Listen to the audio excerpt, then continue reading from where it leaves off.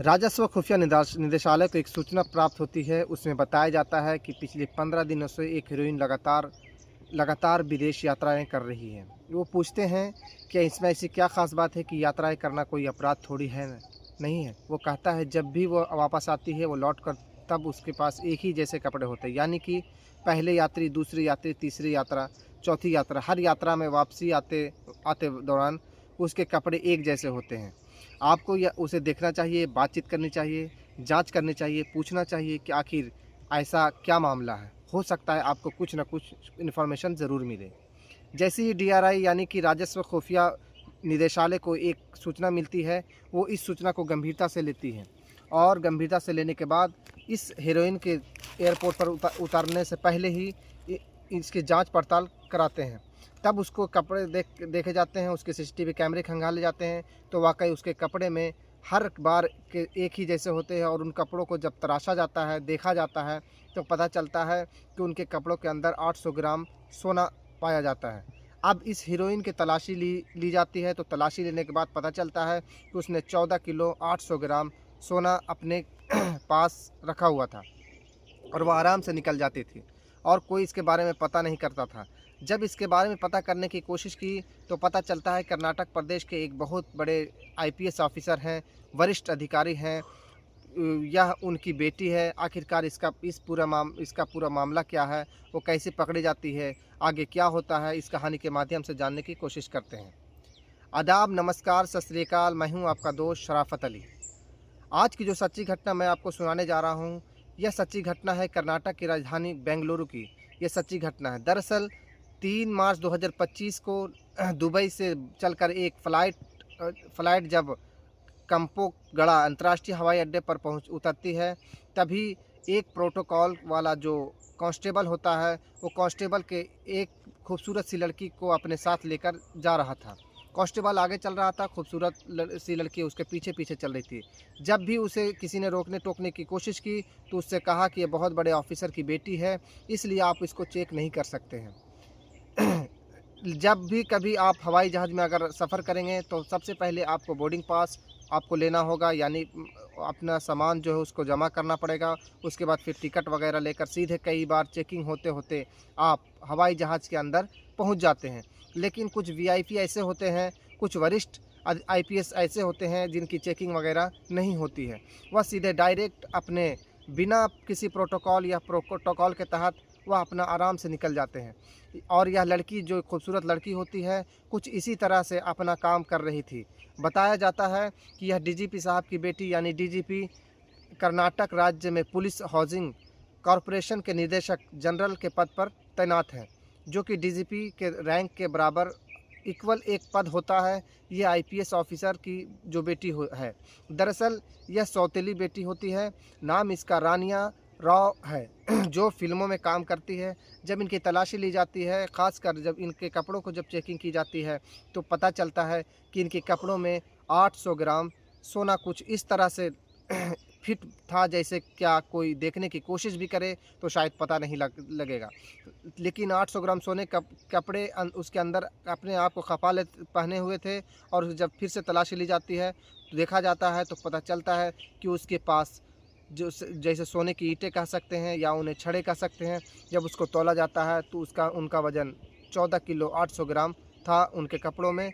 अंदर बस 3 मार्च 2025 के शाम 7 बजे अब इस फिल्म की अभिनेत्री को हिरासत में ले लिया जाता है। और जब इस मामले की जांच पड़ताल की जाती है तो पता चलता है कि पिछले 1 साल में लगभग उन्होंने 10 यात्राएं इस तरह से कर ली है। ये लगातार गल्फ़ कंट्री जाती है, वापस लौट कर आती है, लेकिन पिछले 15 दिनों में 4 यात्राएं कर ली थी। 4 यात्राओं के साथ साथ ही इनके जो कपड़े भी थे, हर बार एक ही जैसे थे। किसी की नज़र पड़ जाती है और जब नज़र पड़ती है तो उसने डीआरआई डिपार्टमेंट यानी भू राजस्व खुफिया निदेशालय डिपार्टमेंट को जब सूचना दी जाती है, तब जाके पता चलता है कि एक तरह से पूरे में हड़कंप मच जाता है। आखिरकार पुलिस डिपार्टमेंट में हड़कंप मचना तय था। जब इस बारे में जानकारी जुटाई जाती है तो इसके बारे में पता चलता है कि आईपीएस ऑफिसर की सौतेली बेटी है। अब इसके बारे में और भी जानकारी जुटाई जा रही थी।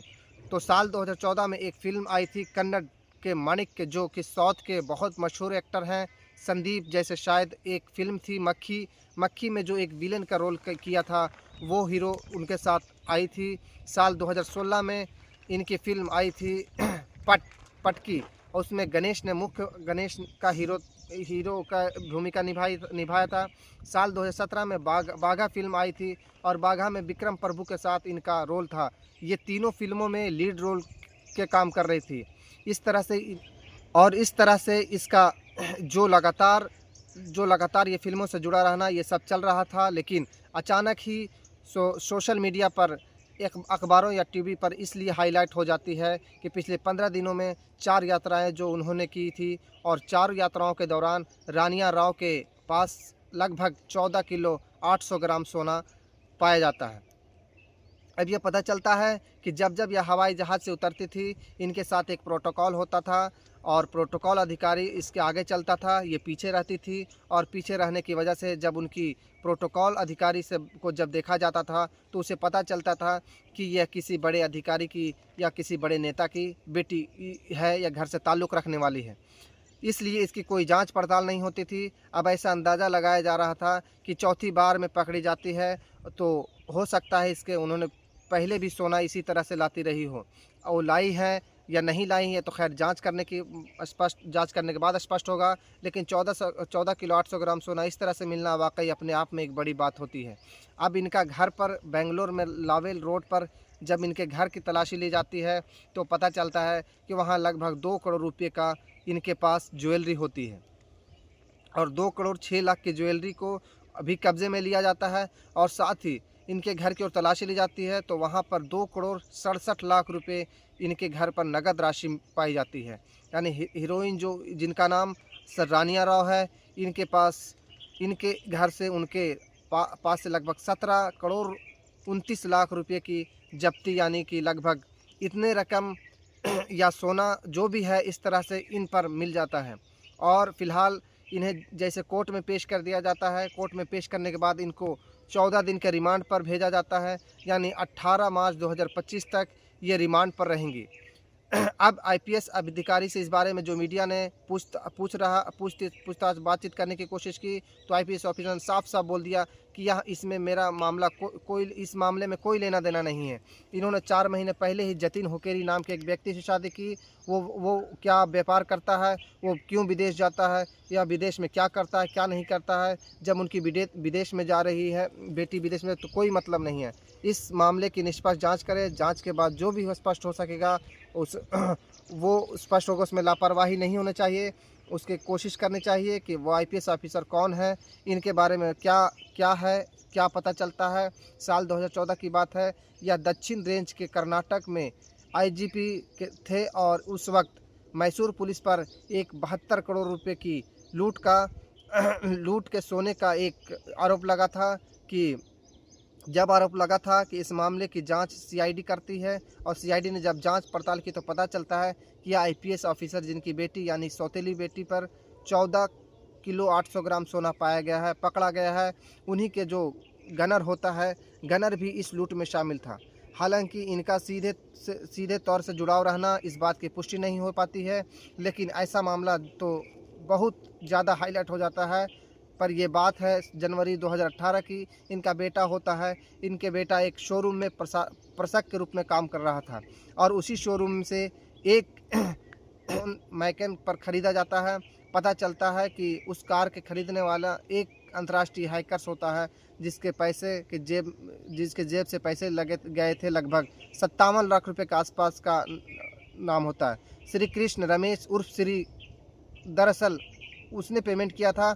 जब उससे सीआईडी इस मामले की जांच पड़ताल कर रही थी, तब पता चलता है कि जो आईपीएस ऑफिसर का बेटा था, उसका इस हैकर्स के साथ संबंध था, इसकी दोस्ती थी। अब यह थी कि नहीं थी, लेकिन जांच के लिए पुलिस ने इस आईपीएस ऑफिसर के बेटे को पूछताछ के लिए कुछ दिन अपने पास रखा था, उससे पूछताछ की थी। अब बेटा साथ ही साथ इसका जो खुद आईपीएस ऑफिसर है, कहीं ना कहीं जुड़ाव तो है, एक न एक विवादों में ज़रूर रहे हैं। और ये बताया जाता है कि आईपीएस ऑफिसर के कर्नाटक प्रदेश के बड़े बड़े नेताओं से बिल्कुल नज़दीकी संबंध भी बताए जाते हैं। हालांकि ये संबंध है या नहीं, यह तो खैर जांच के बाद ही स्पष्ट हो सकेगा। लेकिन जिस तरह से उसकी बेटी, इनकी सौतेली बेटी पर 14 किलो 800 ग्राम सोना पाया जाता है और उससे पहले लगातार वो 10 से ज़्यादा यात्राएं कर चुकी थी, तो उन्होंने यह सोना कहाँ से ख़रीदा, कैसे ख़रीदा, उतना यह बताया जाता है कि जब भी कभी दुबई वगैरह से या फिर गल्फ़ कंट्री से सोना ख़रीदा जाता है, तो वह सोना अगर तस्करी किया जा रहा है तो वह नगद पैसे में ख़रीदा जाता है। और नगद पैसा यह कहाँ से लेकर आई है, कहाँ से नहीं लेकर आई, इस बारे में भी जांच पड़ताल की जा रही है। दोस्तों, हो सकता है कि आगे चलकर ईडी इन पर छापे भी मार सकते हैं, जांच पड़ताल करें, क्योंकि जिस तरह से मामले पेचीदा मामला है, उस तरह से फिल्म की हीरोइन है, अभिनेत्री है, वह आगे भी झमेले में पड़ सकती